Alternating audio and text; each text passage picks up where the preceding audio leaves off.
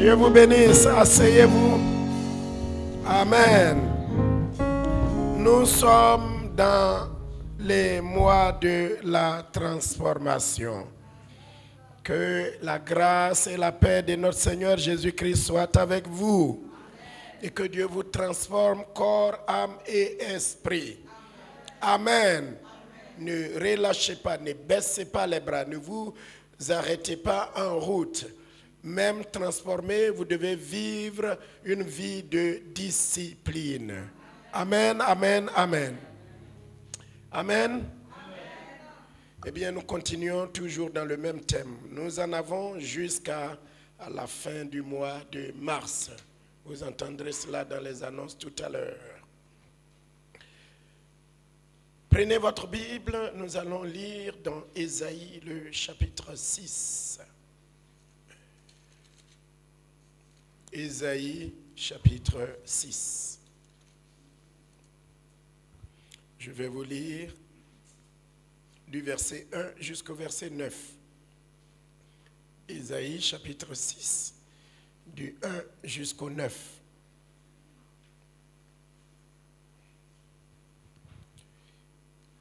Je répète pour une dernière fois, pour que vous ayez le temps de noter. Et puis quand je n'entendrai plus de bruit, je sais que vous avez trouvé. J'entends les pages tourner, ça veut dire que ça continue de chercher. Ésaïe chapitre 6, versets 1 à 9. Je lis. L'année de la mort du roi Osias, je vis le Seigneur assis sur un trône très élevé, et les pans de sa robe remplissaient le temple. Des séraphins se tenaient au-dessus de lui. Ils avaient chacun 6 ailes, 2 dont ils se couvraient la face, 2 dont ils se couvraient les pieds, et 2 dont ils se servaient pour voler. Ils criaient l'un à l'autre et disaient, Saint, Saint, Saint est l'Éternel des armées. Toute la terre est pleine de sa gloire. Les portes furent ébranlées dans leur fondement par la voix qui retentissait, et la maison se remplit de fumée. Alors je dis, malheur à moi, je suis perdu, car je suis un homme dont les lèvres sont impures. J'habite au milieu d'un peuple dont les lèvres sont impures, et mes yeux ont vu le roi, l'Éternel des armées. Mais l'un des séraphins vola vers moi, tenant à la main une pierre ardente qu'il avait prise sur l'autel avec des pincettes. Il en toucha ma bouche et dit, ceci a touché tes lèvres, ton iniquité est enlevée et ton péché expié. J'entendis la voix du Seigneur disant, qui enverrai-je et qui marchera pour nous? Je répondis, me voici, envoie-moi. Il dit alors, va et dis à ce peuple, vous entendrez et vous ne comprendrez point. Vous verrez et vous ne saisirez point. Amen. Amen. Baisse la tête, ferme les yeux et prions. Notre Père et notre Dieu, Roi du ciel et de la terre, Dieu véritable, nous nous confions ce moment entre tes mains. Nous voulons que tu nous visites, que tu nous touches, que tu nous transformes. Tu es le Dieu de la transformation, alors que le diable est le Dieu de la conformité. Tu ne veux pas que nous nous conformions au monde, que nous prenions la forme du monde, que nous devenons comme le monde, mais tu veux nous transformer. C'est ce midi, un enfant, une maman, un papa, quelqu'un qui est dans ce lieu, quelqu'un qui nous regarde sur son ordinateur, à la télé, Dieu qui seul peut transformer l'homme. Transforme-nous au travers de ta parole, au travers de la puissance de ta parole. Transforme la vie de quelqu'un. Transforme la santé de quelqu'un. Transforme le corps de quelqu'un. Transforme l'âme de quelqu'un. Dans le nom de Jésus, tu en as le pouvoir. Nous nous abandonnons entre tes mains. Et nous te demandons d'utiliser puissamment ta parole, l'explication de ta parole pour toucher une vie, pour toucher une âme, pour ramener quelqu'un des ténèbres à la lumière, pour ramener quelqu'un, quelqu'une des souillures à la sainteté de ta personne, à la rencontre de ton image, afin que nous soyons façonnés et que nous puissions te ressembler tel que tu es, afin que nous puissions être comme toi. Gloire à toi, dans le puissant nom de Jésus-Christ. Amen. Alléluia. Amen. Toujours dans le même thème, mois de transformation, aujourd'hui, je voudrais que nous prenions du temps pour regarder la transformation d'Ésaïe. Donc, ce que nous cherchons à examiner aujourd'hui, c'est la transformation du prophète Ésaïe, la transformation d'Ésaïe. Amen. Est-ce que je peux entendre la transformation d'Ésaïe? Et en étudiant ceci, c'est pour permettre aussi de voir comment Dieu peut te transformer. Notre jeune sœur vient de résumer le message du dimanche dernier et elle a insisté sur le fait que tu ne peux pas te transformer toi-même. Tu peux changer certaines choses dans ta vie. Tu peux te maquiller pour cacher certaines choses sur ton corps. Tu peux mettre des beaux habits et devenir tout beau, toute belle, comme tu l'es ce matin. Alors qu'au fond de toi, il y a des choses cachées qui te rongent, qui te détruisent, qui te séparent de Dieu. Je te conseille vivement, je t'exhorte vivement de te laisser transformer par Dieu. De laisser Dieu t'opérer, opérer drastiquement dans ton âme, dans ton fort intérieur et te changer. Dimanche dernier, notre frère Warfield insistait sur le fait que la transformation, ce n'est pas le changement d'un petit aspect, mais cette transformation dont il est question vient du mot qui a donné la métamorphose. Permettre que Dieu te métamorphose, que Dieu te prenne d'un état à un autre état complètement nouveau, à la gloire de son Saint-Nom. Eh bien, nous allons regarder aujourd'hui comment Dieu a métamorphosé la vie d'Ésaïe. Et ça s'est passé à un certain moment. Vous savez que dans la Bible, Dieu choisit des temps, des saisons, des moments pour faire des choses. Le temps n'est pas banal pour Dieu. Si tu es ici aujourd'hui, c'est que Dieu a rendez-vous avec toi. Ce n'est pas par accident, ce n'est pas pour rien que tu es là.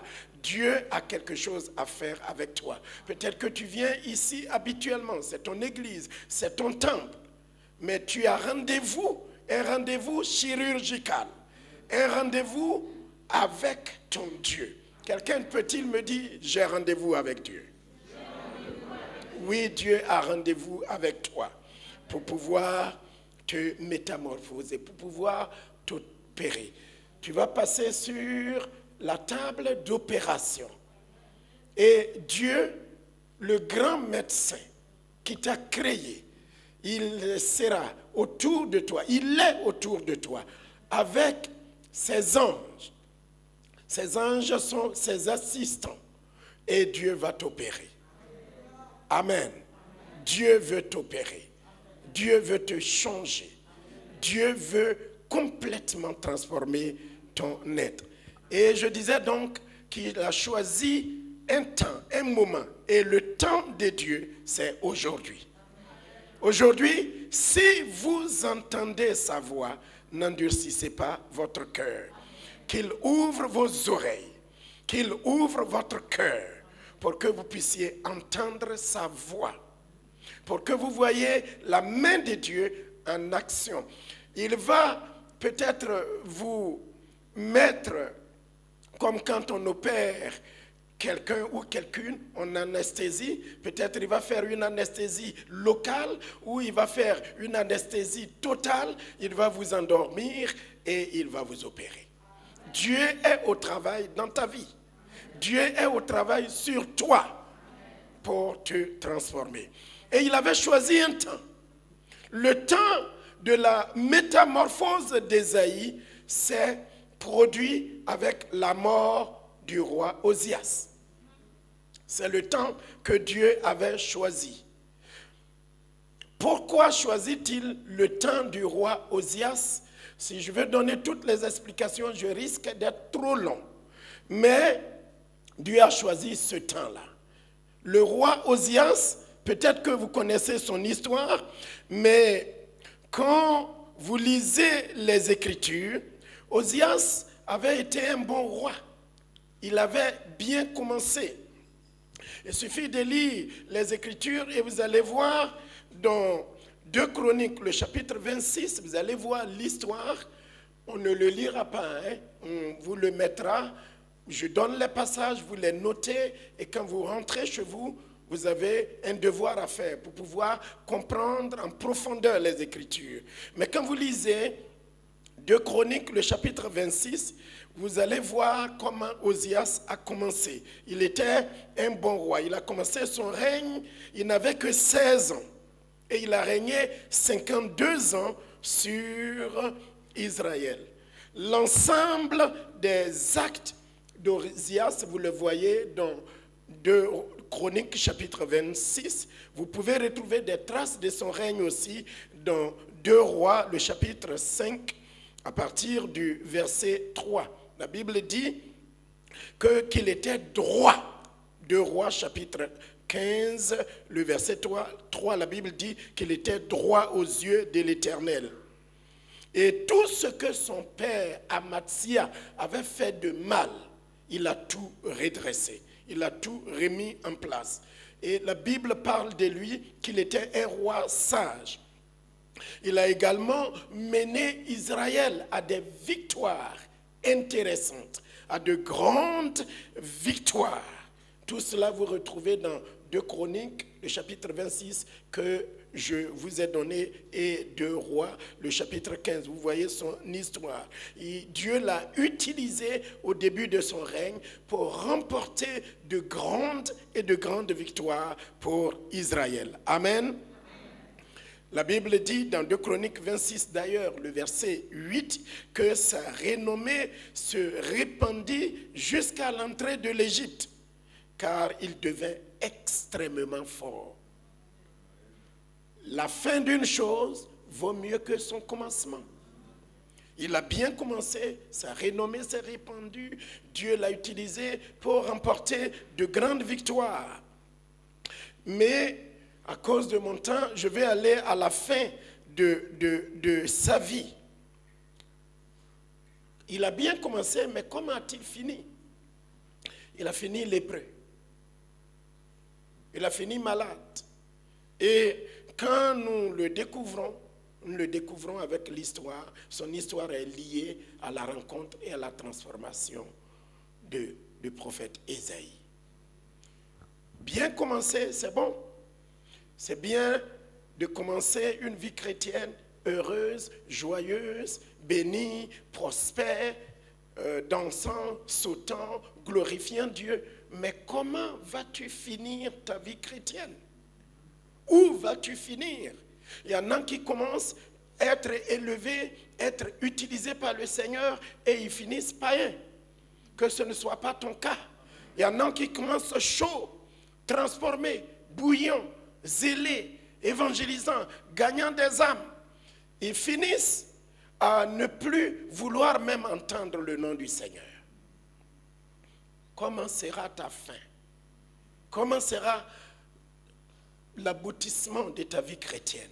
Il faut toujours te poser des questions et c'est cela que nos jeunes viennent de nous résumer. Il faut avoir de la discipline.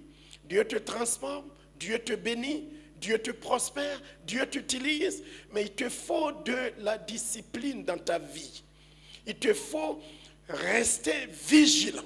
Il te faut travailler toujours à ton salut pour pouvoir tenir ferme contre les agressions de l'ennemi, contre les tentations de l'ennemi, et tenir ferme jusqu'au bout. Et dire, comme l'apôtre Paul, j'ai combattu le bon combat, j'ai gardé la foi. Désormais, ce qui m'attend, c'est la couronne incorruptible que le Seigneur des gloires m'a réservée, non seulement à moi, mais à tous ceux qui aiment l'avènement de notre Seigneur Jésus-Christ. Amen. Eh bien, Osias avait bien commencé, mais il a fini lépreux. Il a fini maudit. Il a fini malade. Il a fini dans le désastre. Et quand il est mort, le jour de sa mort, le jour où il n'était plus là, le jour où il avait quitté sa chaise royale, alors Dieu s'est révélé au prophète Ésaïe. Et ça a coïncidé. Donc du coup, au cours de ce message, nous allons voir un tout petit peu, mais pas trop, parce que ce n'est pas lui qui serait au centre du message. Nous allons voir le roi homme, le roi Osias. Nous allons le voir sur la chaise. Et puis d'un autre côté, je vais vous présenter le roi, mais pas le roi qui est semblable au roi Osias, qui est mort, qui est passé, qui est éliminé, qui a mal fini. De l'autre côté, je vous présenterai un autre roi, le roi des rois, le Seigneur des seigneurs. Je vais vous présenter un autre roi, le roi souverain, le roi suprême, le roi sublime, le roi élevé. Lui, il n'est pas assis sur une chaise, il n'est pas assis dans un petit fauteuil, mais la Bible dit qu'il est assis sur un trône. Je ne sais pas si vous voyez ou bien je suis seul. Est-ce que je suis seul ici? Alors que je me dise Amen pour moi-même. Alléluia. Mais il y a quelqu'un qui est assis sur une chaise. Il y a quelqu'un qui est assis sur un tabouret, qui est mort, qui s'en est allé. Et de l'autre côté, je vois quelqu'un qui est assis sur un trône, élevé. Quelqu'un, je vois un roi passager, mort, friable, dont le règne est fini, terminé. Et je vois quelqu'un qui est assis sur un trône, élevé. Et à qui des anges, même pas des anges seulement, mais des chérubins et des séraphins sont en train de chanter, pas un cantique ordinaire, pas un cantique d'ambiance, mais à qui des chérubins et des séraphins étaient en train de chanter saint, saint, saint. Et il se prosterne devant lui. Il se cache la face parce qu'il est rempli de gloire. Et en cela, le serviteur de Dieu, Ésaïe, va subir une métamorphose quand il rencontre cela. Donc il dit, l'année de la mort du roi Osias, c'est ce que je viens de vous expliquer. Je vis le Seigneur. Ma prière est que au cours de cette transformation, Dieu puisse ouvrir tes yeux. Que Dieu puisse ouvrir tes yeux pour que tu puisses voir l'invisible. Pour que tu puisses voir pas des visions cauchemardesques. Que tu puisses avoir pas des visions de mort. Pas des visions où tu es poursuivi. Pas des visions où tu es chassé. Où tu te réveilles au milieu de la nuit. Et tu es suffoqué. Mais que Dieu puisse ouvrir tes yeux. Que Dieu puisse ouvrir tes yeux spirituels. Pour que tu puisses voir le ciel ouvert. Que tu puisses voir le Dieu saint. Que tu puisses voir le Dieu glorieux. Le jour de la mort du roi Osias, mon frère, ma soeur, il faut que le roi Télé, qui est sur ta vie, il faut que le roi, le moi qui est dans ta vie, le moi, ton moi meure. Il faut que ton moi meure. Il faut que ton orgueil meure. Il faut que tu meurs. Car si le grain de blé qui est mis en terre ne meurt, il reste seul. Mais s'il meurt, il produit du fruit. Une mort doit se produire dans ta vie. Ton moi doit mourir. Ton orgueil qui est assis sur un tabouret. Ton orgueil qui est assis sur ta coutume. Ton orgueil qui est assis dans tes traditions. Ta chair qui est assise sur ta vie doit mourir. Tes pensées obscures, tes pensées suicidaires, ce qui règne sur toi doit être mis à mort aujourd'hui. Alléluia. Quelque chose doit mourir en toi. Une pensée mauvaise doit mourir en toi.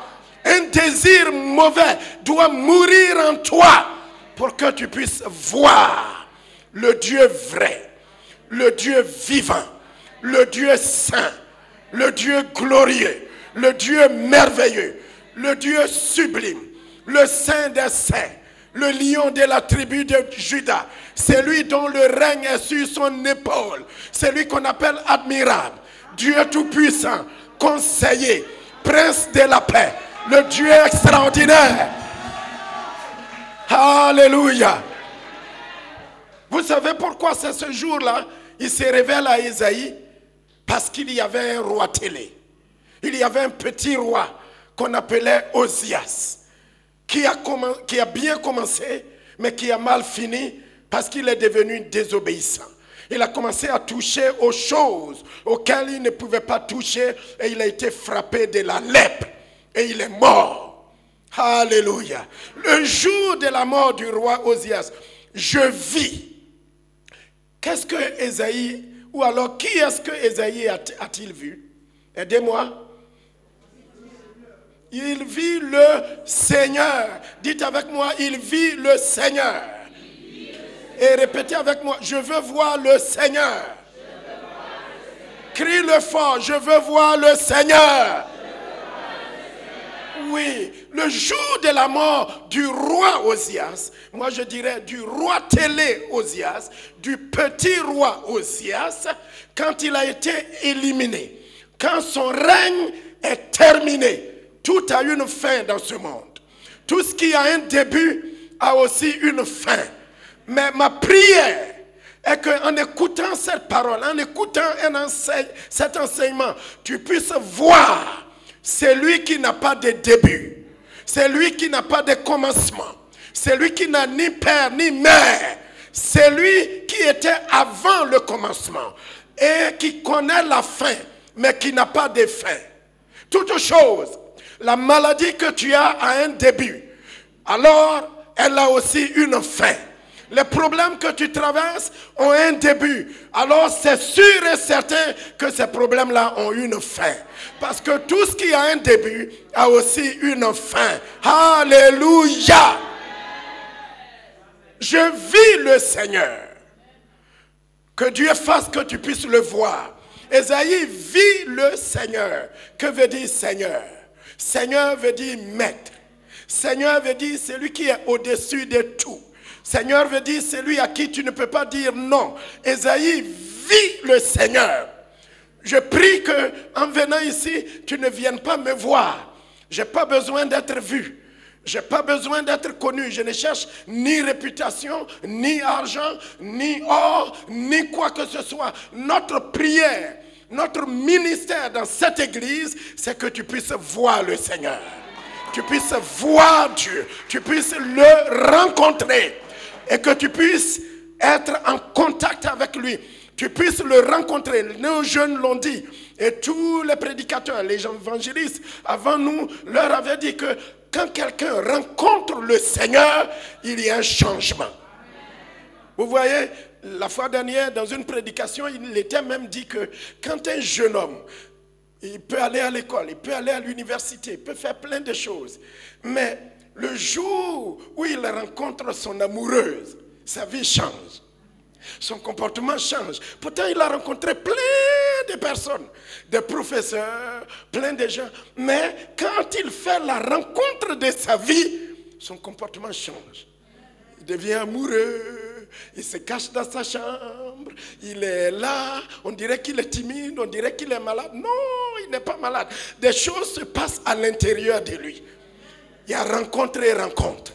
Oh, que cet après-midi, tu puisses rencontrer le Seigneur. Parce qu'il peut y avoir des mauvaises rencontres aussi. Il y a des gens, quand vous les rencontrez, votre vie bascule, mais dans le mal. Votre vie bascule, mais dans le désastre. Votre vie bascule pour aller à la mort. Mais quand vous rencontrez le Seigneur, quand vous rencontrez le Dieu vivant, quand vous rencontrez le Dieu véritable, votre vie bascule. Mais pas dans le mal, mais dans le bien et dans le bonheur. Waouh, alléluia. L'année de la mort du roi Osias, je vis le Seigneur. Je vis le Seigneur, le Maître. Si vous invoquez le nom du Seigneur, quiconque invoquera le nom du Seigneur, quiconque fera de Jésus le Seigneur, le Maître. Jésus est-il maître de ta vie? Jésus est-il le Seigneur de ta vie? As-tu rencontré ton Seigneur? Des fois, nous rencontrons Jésus comme le Sauveur, mais nous oublions qu'il est notre Seigneur. Jésus qui nous sauve du péché, Jésus qui nous sauve de l'abomination, Jésus qui nous sauve des iniquités, c'est bien. Mais Jésus doit être le Seigneur. Vous comprenez? Il est sauveur, mais il est aussi notre Seigneur. Il doit être le maître sur ta vie. Laisse-le contrôler ta vie. Laisse-le contrôler tes pensées. Laisse-le contrôler ton langage. Laisse-le contrôler ta santé. Laisse-le contrôler tes choix. Laisse-le contrôler le choix de tes amitiés. Laisse-le contrôler ta destinée. Que Jésus devienne ton Seigneur. Et la Bible dit, quiconque invoquera le nom du Seigneur sera... Non, je suis seul au désert. Je suis seul ou pas? Je reprends. Quiconque invoquera le nom du Seigneur sera...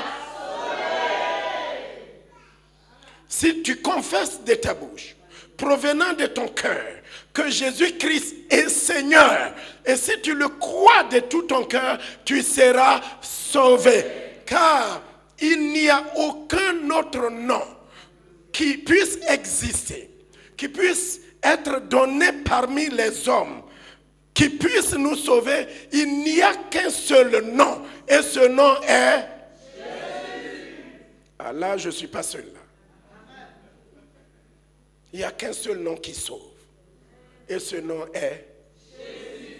Alors, le jour de la mort du roi Osias, parce que ce Osias-là était un obstacle. Ce Osias-là était une barrière. Ce Osias-là était là à désobéir au roi des rois. Et le jour où, assis sur son petit tabouret, parce qu'en fait, le règne de ce monde, ce n'est que des tabourets qu'ils utilisent. Mais il y a quelqu'un qui est assis sur un trône élevé. Le Dieu qui n'a pas été élu au suffrage des hommes. Le Dieu qui n'a pas un mandat qui se termine. Le Dieu contre qui personne ne peut faire un coup d'état. Quel Dieu merveilleux nous avons. Alléluia. Les mandats s'arrêtent. Les forts dominent les faibles. Mais il y a quelqu'un qui est au-dessus de tout. Est-ce qu'on peut acclamer ce Dieu puissant, élevé? Waouh! Alléluia! Quel Dieu merveilleux nous avons!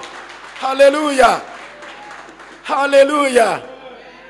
Il y a un cantique nouveau, le groupe musical va nous l'apprendre. Je vous chante un petit bout. Et nous allons l'apprendre ensemble un jour. Ça se chante ainsi. Nation du monde,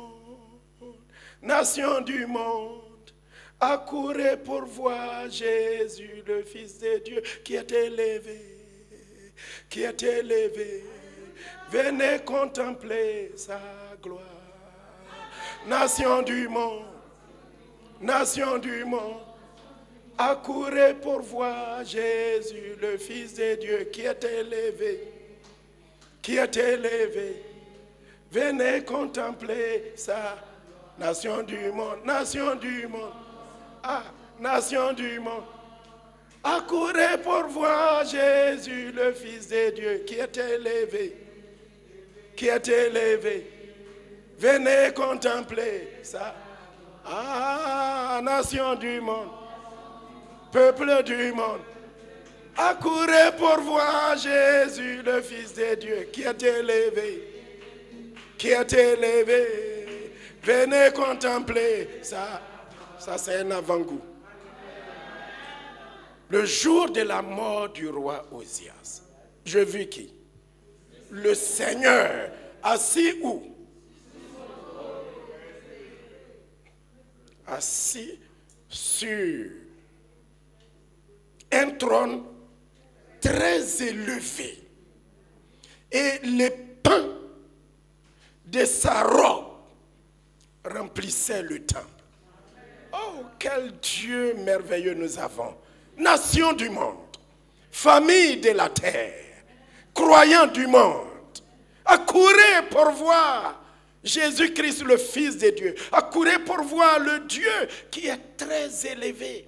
Venez contempler sa gloire. Ce n'est pas fini. Quand il le vit, il vit des séraphins qui se tenaient au-dessus de lui. Ils avaient 6 ailes, 2 dont ils se couvraient la face, 2 dont ils se couvraient les pieds, 2 dont ils se servaient pour voler. Alléluia. Il vit des séraphins. Eh bien, je reprends les 2 tableaux. Osias est mort. Le plus qu'il pouvait avoir, c'est quelques gardes-corps. Vous me suivez? Ou bien je suis seul au désert? Eh bien, il avait quelques personnes autour de lui. Il pouvait dormir. Vous savez que les gardes, ils dorment aussi. N'est-ce pas? Des fois, pris de fatigue, ils dorment. Il peut avoir, à la rigueur, une pléthorie de gardes. Ce sont des hommes. Ils peuvent se révolter contre lui et tirer sur lui. Ils dorment, ils se fatiguent, ils ont des problèmes. Moi, j'ai vu des médecins anesthésistes. J'en ai vu, dans notre ministère, on en a vu. Un qu'on est allé sortir tous les fétiches de sa maison. Un médecin anesthésiste. Et les gens se plaignaient que dans la ville, il y a beaucoup de gens qui mouraient sur la table d'opération. C'est parce que le médecin anesthésiste lui-même avait tellement de problèmes. Des fois, la dose était trop petite, ou alors la dose était trop.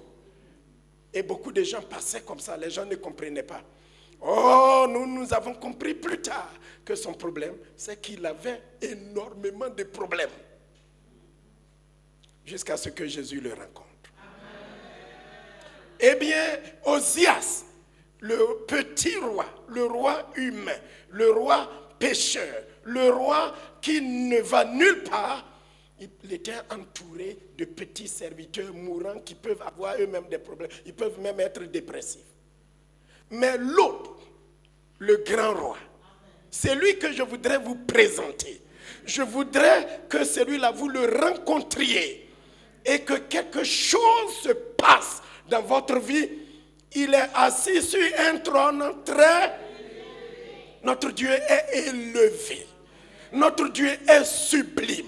Notre Dieu est suprême. Notre Dieu est souverain.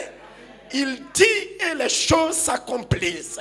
Il parle et il a le dernier mot. Il appelle les choses qui n'existent pas à l'existence. Il prend le mort et il lui donne la vie. Il prend le prostitué, la prostituée et il la métamorphose. Quel Dieu merveilleux nous avons. Je voudrais que vous l'aimiez. Je voudrais que vous le serviez. Je voudrais que vous formiez un avec lui. Ésaïe le vit, assis sur un trône très élevé. Et vous savez qui sont ceux qui l'adorent? Des anges, des séraphins, élevés en rang. Là où d'autres viennent jouer, là où d'autres viennent plaisanter, eux, ils étaient en train de se couvrir. Ils se couvraient la face. Pourquoi? Il est saint. Là, il brille. Il rayonne. Mais pourquoi il se couvrait aussi? Oui, c'est une humilité.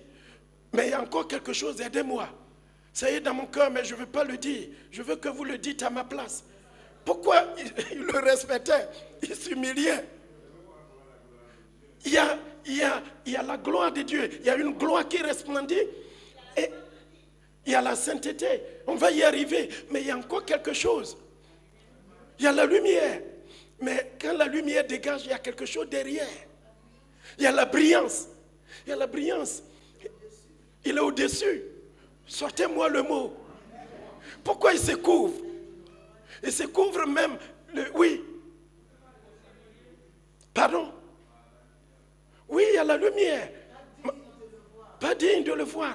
Mais pourquoi il se couvre? Pourquoi ils sont en train de se couvrir? Il y a quelque chose qui se passe, qui fait qu'ils se couvrent. Aidez-moi. Faites-le sortir. Pardon? Il y a l'humilité, tout ça vous l'avez dit. Oui.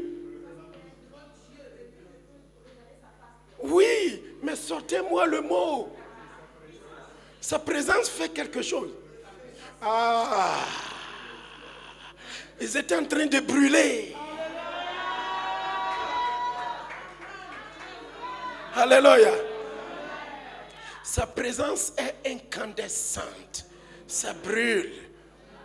Ils brûlaient. Ils étaient devenus tout petits. Quand vous le rencontrez, oh, cet après-midi, qu'il se révèle à vous, qu'il vienne au contact de vous. Quand vous le rencontrez, quelque chose brûle en vous. Jean a dit, moi je vous baptise d'eau. Mais il y a quelqu'un qui vient après moi, mais il m'a précédé. C'est merveilleux, hein?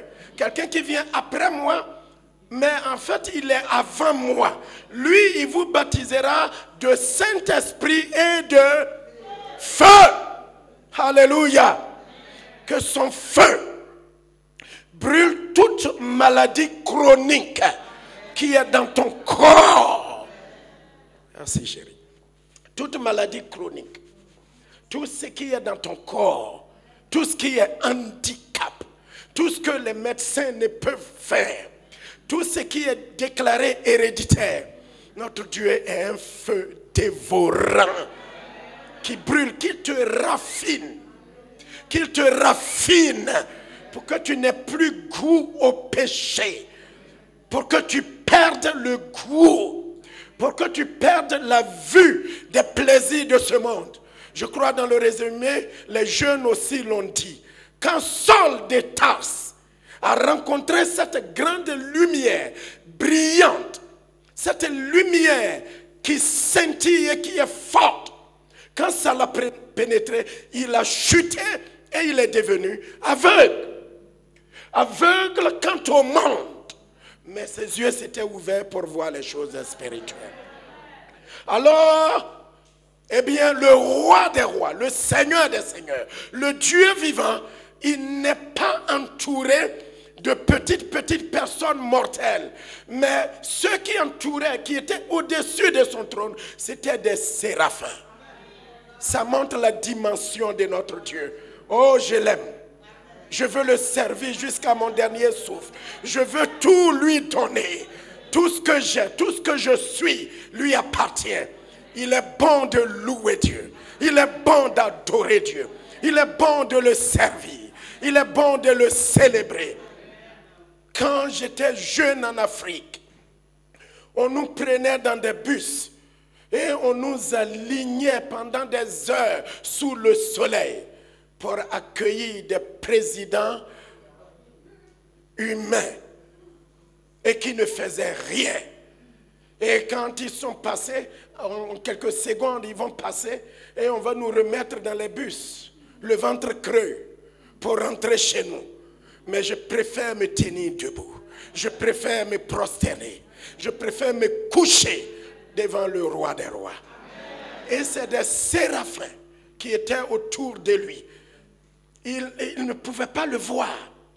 Ils ne pouvaient pas le regarder. Ils avaient 6 ailes. 6 ailes. Avez-vous vu un président de ce monde entouré des gens qui ont des ailes?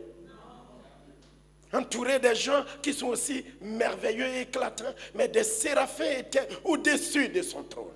Ils se couvraient de leurs 2 ailes, leur visage. Ils se couvraient leurs pieds avec leurs 2 ailes, parce que leurs pieds brûlaient. Et de leurs 2 ailes, ils volaient autour du trône. Dieu siège dans l'adoration de son peuple. Je continue de vous révéler ce grand roi. Vous avez un roi dans votre vie. Vous avez un roi comme votre père. Et quand vous avez un roi comme votre père, vous vous appelez comment? Ah oui, vous êtes des princes et des princesses. Quelle merveilleuse chose de savoir. Vous n'êtes pas n'importe qui. Regarde un frère ou une soeur en face et dis-lui, tu n'es pas n'importe qui. Dis-le lui, dis-le lui. Tu n'es pas n'importe qui. Tu es belle, tu es merveilleuse, tu es une princesse. Ma chérie, tu es une princesse. Oh, que tu es belle. Alléluia. Maman, que tu es belle, ma diaconesse. Waouh, quelle beauté. Mon évangéliste. Waouh, waouh, waouh, waouh, waouh, waouh. Amen. Alléluia. Nous sommes des princes et des princesses. Parce que notre papa est roi. Mais il n'est pas n'importe quel roi. Il est le roi des rois. Il est le Seigneur des seigneurs. Attachez-vous à lui. Aimez-le, servez-le de tout votre cœur. Mais je n'ai pas fini.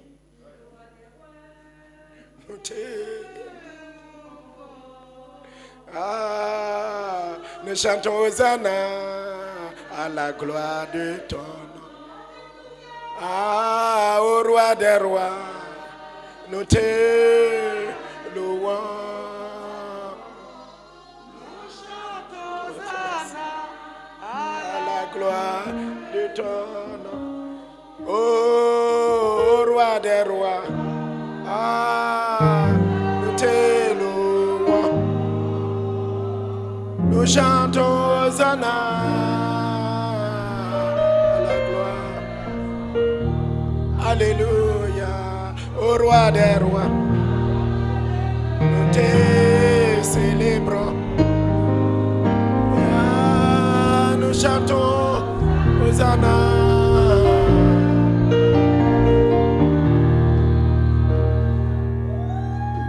Et ils étaient en train de l'adorer. Vous savez quel cantique ils chantaient? Amen. Amen. Alléluia. Alléluia. Les séraphins se tenaient au-dessus de lui. Ils avaient chacun 6 ailes. 2 dont ils se couvraient la face. 2 dont ils se couvraient les pieds. 2 dont ils se servaient pour voler. Ils criaient. Ne baissez pas la tête. Hein? Regardez-moi en face. Ils criaient l'un à l'autre. Ils criaient l'un à l'autre. Criaient à fort gosier. Faites retentir vos chants, vos louanges. Faites retentir ce qui est au fond de vous. Si vous l'aimez, dites-le lui. Si il est tout pour vous, dites-le lui. Adorez-le sans retenue. Servez le Dieu vivant. Glorifiez, chantez. Faites comme quelqu'un a dit, ta louange sera toujours dans ma bouche. Et il criait. Il faisait quoi? Ils criaient tout ce qui en eux, leur force. Je ne sais pas s'ils avaient des intestins, mais nous on en a. Tout ce qui est en eux, ils criaient d'une voix forte et disaient, Saint, Saint, Saint. Alléluia. Peut-être qu'il disait plus que ça. Mais je vois l'adoration de la Trinité. Saint est le Père. Saint est le Fils. Saint est l'Esprit. Voici leur cantique. Ils chantaient la sainteté de Dieu. Et tu ne peux pas chanter la sainteté de Dieu si tu n'as pas goûté à la sainteté de Dieu. Vous me comprenez, frères et sœurs? Sinon, ça va devenir du vide. Beaucoup ont l'apparence de la piété, mais ils renient ce qui fait la force. Tu ne peux chanter, adorer, louer, célébrer sa sainteté. Et ça ne peut être un parfum d'une odeur pour lui que si toi-même, tu vis. Vous comprenez, frères et sœurs? Sinon, ça va devenir de vains mots. Mais ils chantaient, ils criaient, ils célébraient. Saint, le Père est saint, le Fils est saint, l'Esprit est saint, notre Dieu est saint. Et il est en train de nous métamorphoser pour que nous devenions saints. Soyez saints. Mes soeurs, soyez saintes. Dites non au péché. Dites non aux convoitises du monde. Tout ce qui est dans votre vie qui n'est pas saint, que cela soit brûlé par le feu du Saint-Esprit. Notre Dieu est saint. Sainteté à l'Éternel. Quand je dis sainteté, vous répondez à l'Éternel. Sainteté. Sainteté. Nous servons un Dieu saint. Le monde est pourri. Le monde est saint dessus, dessous. Et le monde veut nous faire accepter l'inacceptable. Mais nous, nous disons que Dieu est saint. Et nous vivrons saints pour lui. Tu seras tenté. Tu seras tenté. L'autre veut te souiller. L'autre veut te contaminer. Mais dis-lui non. Je vivrai saint pour le Seigneur. Et je dormirai saint pour le Seigneur. Et j'entrerai dans Jérusalem. La nouvelle Jérusalem. La ville des saints. Et ils chantaient. Et ils criaient l'un à l'autre. Et ils disaient saint. Saint, saint est l'Éternel. Que cela soit notre nature. Que cela nous pénètre et nous façonne. Alors que nous le chantons, quand nous le crions, quand nous le disons, eh bien, quand le saint rencontre le saint, je ne sais pas combien de saints ça produit. Mais ça change. Ça... Nous t'adorons. Éternel des armées, et tu es saint, saint, saint. Saint, saint, nous t'élèvons, nous t'élèvons. Oh, éternel des armées, tu es saint, Saint, Saint, Saint, nous t'adorons. Nous t'adorons. Éternel des armées, tu es saint. Saint, Saint, Saint, nous t'exaltons. Nous t'exaltons. Éternel des armées, tu es saint. Ils criaient l'un à l'autre et disaient, Saint, Saint, Saint est l'Éternel des armées. Là on peut rester là, mais je vais aller un peu vite. L'Éternel des armées. Un frère, en nous dirigeant ici un jour, dit, il n'est pas seulement l'Éternel des armées, mais il est l'autorité suprême. Toute la terre est pleine de sa gloire. C'est un Dieu saint, un Dieu 1000 fois saint. Tous ceux qui veulent le voir, le rencontrer, tous ceux qui veulent le saluer doivent être saints. Que Dieu nous donne une nature sainte. Que Dieu nous rende saints, purs, sans tache, ni ride, irrépréhensibles. Oh mon frère, ma soeur, si tu entends sa voix, si tu le rencontres, tout ce qui est ténèbres en toi disparaît et la lumière s'installe. Je veux aussi que tu vois sa gloire. Il est le Dieu glorieux. Il est le Dieu qui réside dans la gloire. Et sa gloire est merveilleuse. Quel Dieu de gloire nous avons. Gloire, on l'a entendu dans l'enseignement ici, il y a deux mots qui parlent de gloire. Le Shekinah, la brillance, ce qui éclate, ce qui illumine, ce qui, quand ça pénètre dans tes yeux sont éblouis.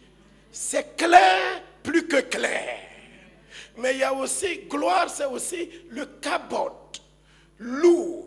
Il donne non seulement de la beauté, de l'éclat à ta vie, mais toi qui n'étais rien, toi qui es léger, toi qui ne pèses rien, toi qui n'as même pas de place dans ta famille, quand tu le rencontres et qu'il te métamorphose, il donne du poids.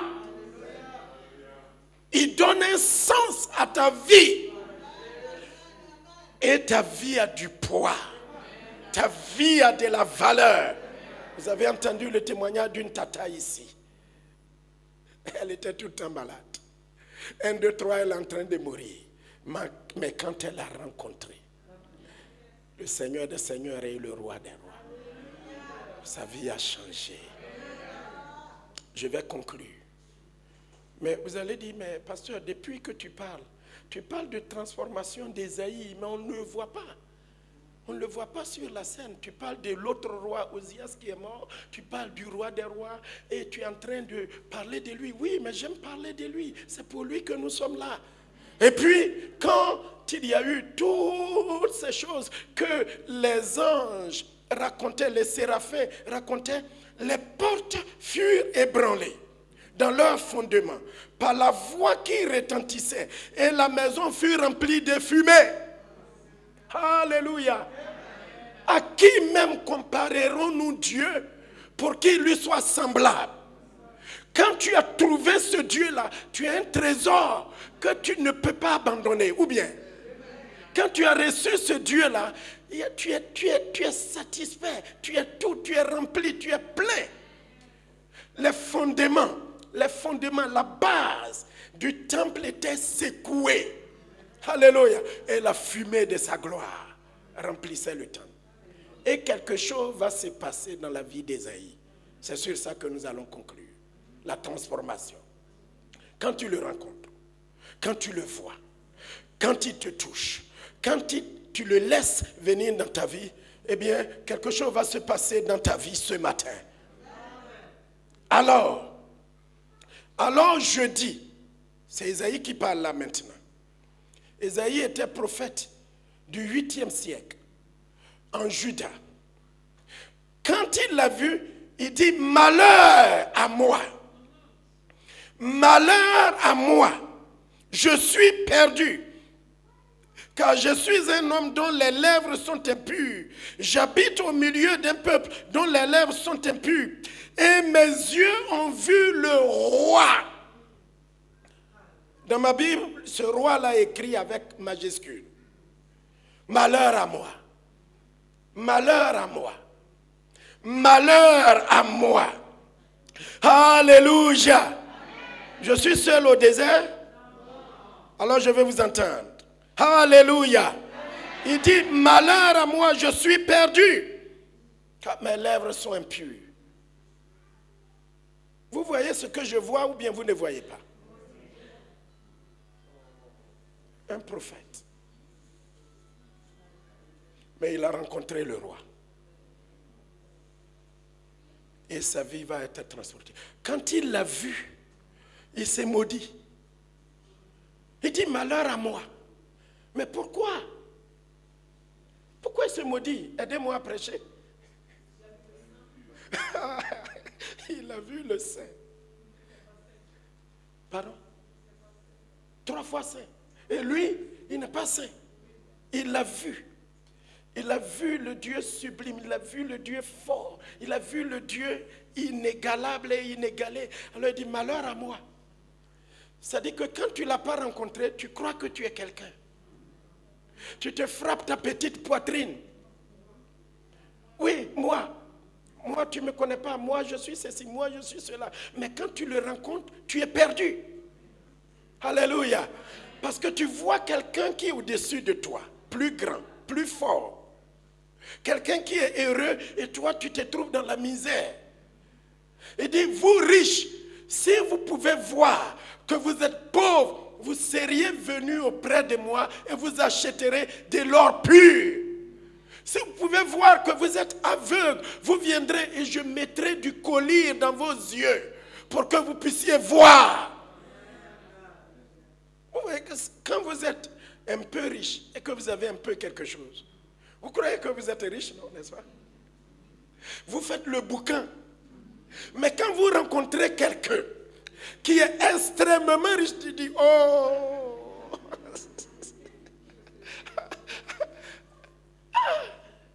Mais grosse chaîne, vous voyez les pauvres riches qui ont quelque chose, ils mettent des grosses chaînes dans leur cou et puis se promènent. Ils font ça. Et puis, oh, que Dieu a pitié de nous. Et quand ils rencontrent quelqu'un d'extrêmement riche, la personne n'a même pas de chaîne, la personne n'a rien. La personne ne met pas de grosses chaînes, des voitures tunées, tout ça là, non. Mais quand il voit l'autre qui arrive, il dit, waouh, alors que moi-même, je faisais.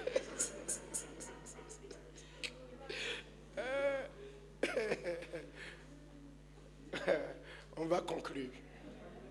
On va conclure et prier et partir. Quand il vit le roi des rois et le Seigneur des seigneurs, le Dieu riche, le Dieu abondant, il s'est maudit. Il dit, je suis un maudit. Il a vu son état. Il dit, je suis un maudit, malheur à moi. Je suis un impur. J'habite au milieu d'un peuple impur. Et mes yeux ont vu le roi. Mais Dieu ne va pas le laisser ainsi. Dieu va le métamorphoser. Je finis là-dessus. Alors, un ange a pris du feu sur le buisson ardent, sur la braise.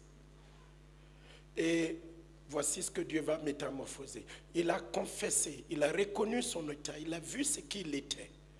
Alors, quand nous nous repentons, quand nous nous détournons de nos péchés, quand nous venons à lui tel que nous sommes et nous lui disons, Seigneur, je suis malheureux, je suis pauvre, je suis un pécheur.